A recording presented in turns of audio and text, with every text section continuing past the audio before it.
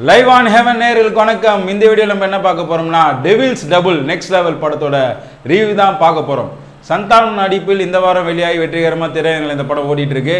முதல்ல இந்த படத்தோட கதை என்னன்றதை பார்த்துடலாம். படத்தோட கதை என்னன்னு பார்த்தீங்கன்னா, ரிலீஸ் ஆகிற படத்தெல்லாம் கழுவி ஊத்துறாரு ரிவ்யூவர் சந்தானம். அதனால அவரை பழி வாங்க முடிவுக்கு ஒரு கோஸ்ட். அதனால ஒரு ப்ரீமியர் ஷோ இருக்கு, நீ இந்த தேட்டருக்கு வா, அப்படி உனக்கு நான் தர வேண்டியதெல்லாம் தரேன்னு சொல்லிட்டு தேட்டருக்கு வர வைக்கிற சந்தானம். ஆனால் தேட்டர் வரைக்கும் போகிற சந்தானம் தேட்டரை பார்த்துட்டு ஆஹா இது ஏதோ ஒரு வில்லங்க இருக்குது அப்படின்னு சொல்லிட்டு எஸ்கேப் ஆகி வந்துடுறாரு.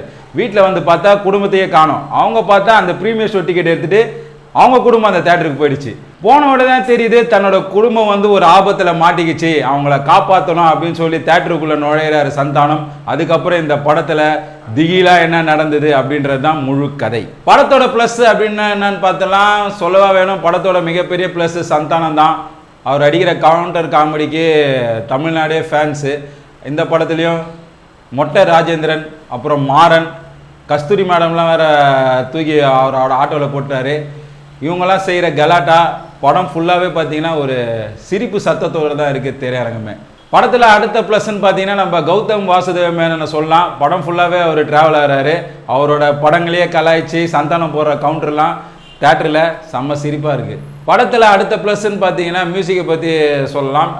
படம் ஒரு த்ரில்லர் சப்ஜெக்ட்டு, ஒரு திகில் படம் அப்படின்றதுனால ஆர்ஆர் சூப்பராகவே போட்டிருக்காரு மியூசிக் டைரக்டர். இந்த படத்தோட ஒரு மிகப்பெரிய ப்ளஸ் மியூசிக்னே சொல்லலாம். படத்தோட மைனஸ் அப்படின்றது படத்தோட கதையும் ஸ்க்ரீன் பிளே தான் சொல்லணும். ட்ரெய்லர் பார்க்கும் போதே சில பேருக்கு என்ன சொல்ல வராங்கன்னு புரியல.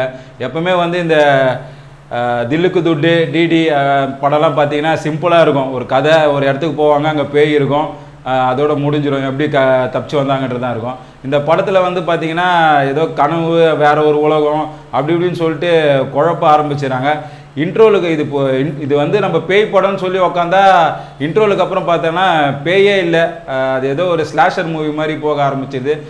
இதெல்லாம் இந்த படத்துக்கு மிகப்பெரிய மைனஸ். படத்தில் பார்த்தீங்கன்னா சினிமா கிண்டல் பண்ணுற ஒரு கேரக்டரில் சந்தானம் பண்ணியிருக்காரு. சில ரிவ்யூஸ் எல்லாம் செம்மையாக ஓட்டியிருக்காரு இந்த படத்தில். முக்கியமாக பார்த்தீங்கன்னா இந்த பைல்வான் ரங்கநாதன், அப்புறம் இச் பிரசாந்த், அவங்களெல்லாம் வேற நடிக்க வச்சே பார்த்தீங்கன்னா கலாச்சி விட்டுருக்காரு சந்தானம். இது இந்த படத்துக்கு ஒரு ப்ளஸ்னே சொல்லலாம். மொத்தத்தில் இந்த படம் எப்படி இருக்குன்னு பார்த்தீங்கன்னா தில்லுக்கு துட்டு, டிடி ரிட்டர்ன்ஸ் அந்த மாதிரியான படங்கள் மாதிரி இருக்கும். நீங்கள் போனீங்கன்னா உங்களுக்கு கொஞ்சம் ஏமாற்றமாக தான் இருக்கும். ஏன்னா இந்த படம் முழுக்க ஒரு பேய் படமாக இல்லாமல் ஒரு த்ரில்லர் படமாக கொடுத்துருக்காரு சந்தானம். படத்தை போய் தேட்டரில் பாருங்கள். தேட்டரில் போயிட்டு உங்கள் கமெண்ட்ஸை சொல்லுங்கள். நன்றி, வணக்கம்.